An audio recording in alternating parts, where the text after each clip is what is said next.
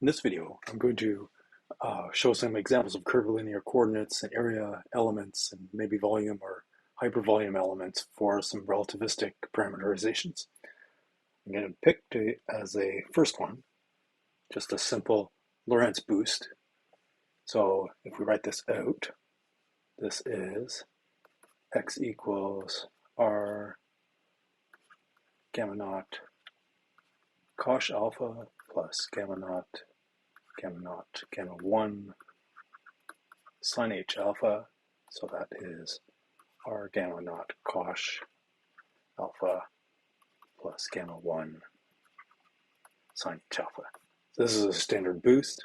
We have a cosh alpha, where alpha is our rapidity in the time-like direction, and we have a sine h alpha in one of the space-like directions, and we have some scaling factor. So if we have our time coordinates up and our space coordinates over, then these iso lines here, all those are for different values of r, are tracing out the interior of the light cone.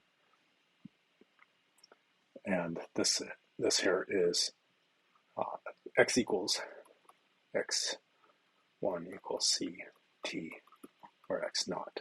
This is the light cone direction. So that's our parameterization.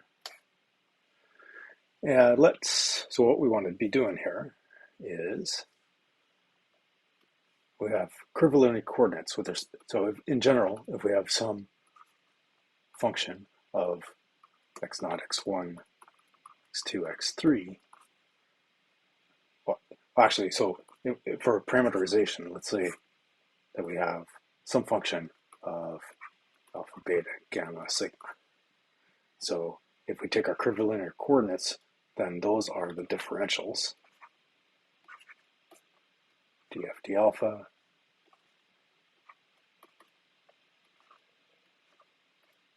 df d beta,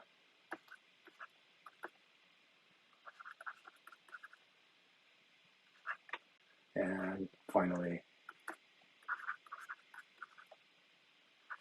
so 4 sets of curvilinear coordinates in a general parameterization. And here we're assuming that f is in the space of vectors that have a minus plus.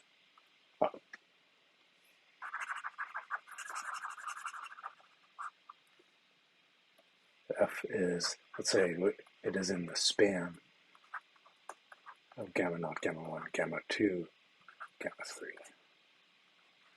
So that's our space. And in the parameterization that we picked, we had a 2-parameter surface, and it was r gamma naught, either gamma naught, gamma 1 alpha. So now our curvilinear coordinates, and we start with r, it's simpler. So xr is just gamma naught e to the gamma naught 1 alpha. I'm going to write gamma naught 1 as gamma naught wedge gamma 1, which is just the same as the product of the two. So there's one of our curvilinear coordinates. Our other one is a rapidity, and here we have our gamma naught gamma 1 e to the gamma naught 1 alpha, which is our gamma 1 e to the gamma 1 alpha. So there's our 2 sets of curvilinear coordinates. And let's look at the volume element. So if we have dxr wedged with the x alpha, that is going to be xr dr wedged with x alpha d alpha, which is r d alpha, and what's best way to write the wedge product of these two, we'll write the wedge product as a grade 2 selection of XR X alpha, grade 2. And then we'll plug this in, so I have dr d alpha times gamma naught e to the, I'm going to write, let me just say I equals gamma naught gamma 1. Maybe I is not the best symbol, because here we have I squared equals plus 1 as opposed to the usual, but this will just be a little bit tidier. And now we have r gamma 1 e to the ai alpha 2. If we look at this, if we take this or this, we can anti-commute or conjugate commute these. This would be e to the minus I alpha gamma 1. So if we order slightly, we have RDRD alpha times gamma naught. I skipped a step and write it out explicitly. So gamma naught e to the I alpha, e to the minus I alpha gamma 1, all 2. And our I alphas cancel out, and a grade 2 selection of gamma naught times gamma 1 is just gamma naught times gamma 1. So what we know we have gamma naught gamma 1 r dr d alpha. There is our area element for this Lorentz boost. So just like computing the area element for rotation, we get almost the same thing. We have the same RDRD theta-like term, and our area element is scaled by the unit pseudoscalar for the time x-plane, and yeah, so we go off and we could compute areas of a section of space if we wanted. So we could look at what is the area in a region of space-time. This would be the area in the x time plane. We just have to integrate over the right range. Let's try another parameterization. All right, here's a fun one. What if we parameterize things by using the directions along the light cone? Oops.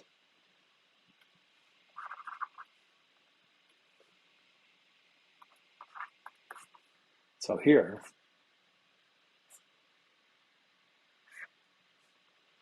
we have gamma naught plus gamma 1. And in this direction, we have gamma naught minus gamma 1. So we can reach any part of our causal region, or any part of the non-causal region if we wanted to, with this parameterization. But we have the curious effect of having the two directions, both of these are light-like. So if we look at gamma naught plus or minus gamma 1 squared, that will be gamma naught squared plus gamma 1 squared. And then we'll have, say, let's look at the plus, so gamma plus minus gamma naught gamma 1 plus gamma 1 gamma naught, which is just 0. And then so we have 1 minus 1 equals 0. So both of these directions are light-like. They don't have any length, but we can still reach any point in space. in our light cone region. So if our light cone is this, then we can still reach any point in this cone. Let's look at what the area element is for this. Even though we have two light-like basis vectors, we still have a non-zero area element. So our dxa wedged with dxb in this case is gamma naught plus gamma 1 wedged with gamma naught minus gamma 1. And so we make these wedge products. Gamma naught wedged with gamma naught is 0. Gamma 1 wedged with minus gamma 1 is 0. So all we have is the cross terms. So we have minus gamma naught gamma 1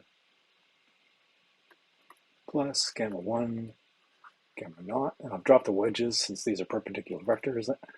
So we have 2 gamma 1 gamma naught. So we have a non-zero.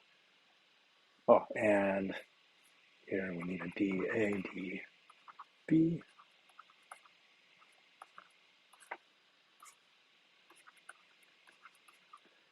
can compute an area element, even if we were taking the span of two light-like but independent basis vectors.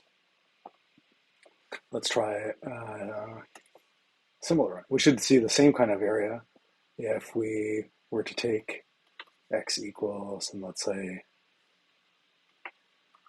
same kind of area element up to a scale factor. Let's take a gamma naught plus b gamma 1. So now we're parameterizing with vectors along the time-like direction and vectors along the space-like direction. So we can still reach any point in the space, and we're not limiting to ourselves to on either side of the light cone here. And we could do that with this wouldn't be a good parameterization for anything but all space-time in this subset of space-time. But our dxa in this case is just gamma naught times dA, and our dxb is gamma 1 dB. So our area element is gamma naught gamma 1 dA dB. So this is the same that we had for the light cone basis vectors, but with a difference of a scale factor of -2. And we could do a parameterization. Let's do one for all of space-time.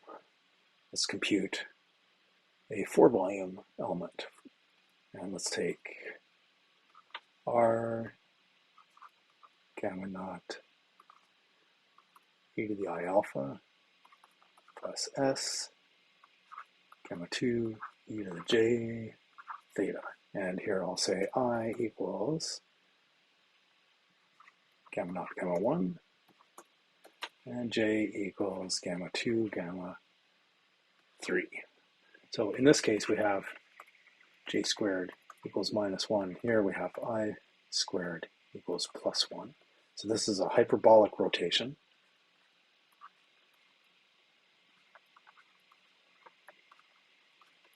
And then this is a trigonometric rotation. So our composite operation is a combination of boost and scale and rotate and scale. What are all our curvilinear coordinates in this case? We have xr, which is gamma naught e to the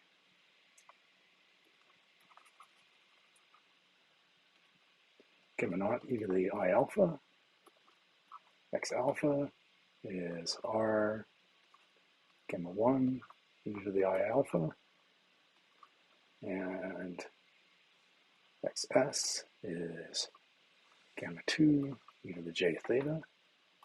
And x theta is, okay, and here if we take gamma 2j by taking the derivative, that's gamma 2 times gamma 2 times gamma 3, which is equal to minus gamma 3. So that is minus s gamma 3 e to the j theta. Let's compute the four volume element here. So we want dx r wedged with dx alpha wedged with dxs wedged with dx theta. So that will be, we can do these pairwise, that will be the wedge product of gamma naught e to the I alpha r gamma 1 e to the minus I, plus I alpha. Getting ahead of myself, that's a grade 2 selection, and that, actually we can just do this. If we're looking at wedging all of these together, may as well just write gamma 2 e to the j theta times minus s gamma 3 e to the j theta. And that's all times dxr dx s dx alpha dx theta.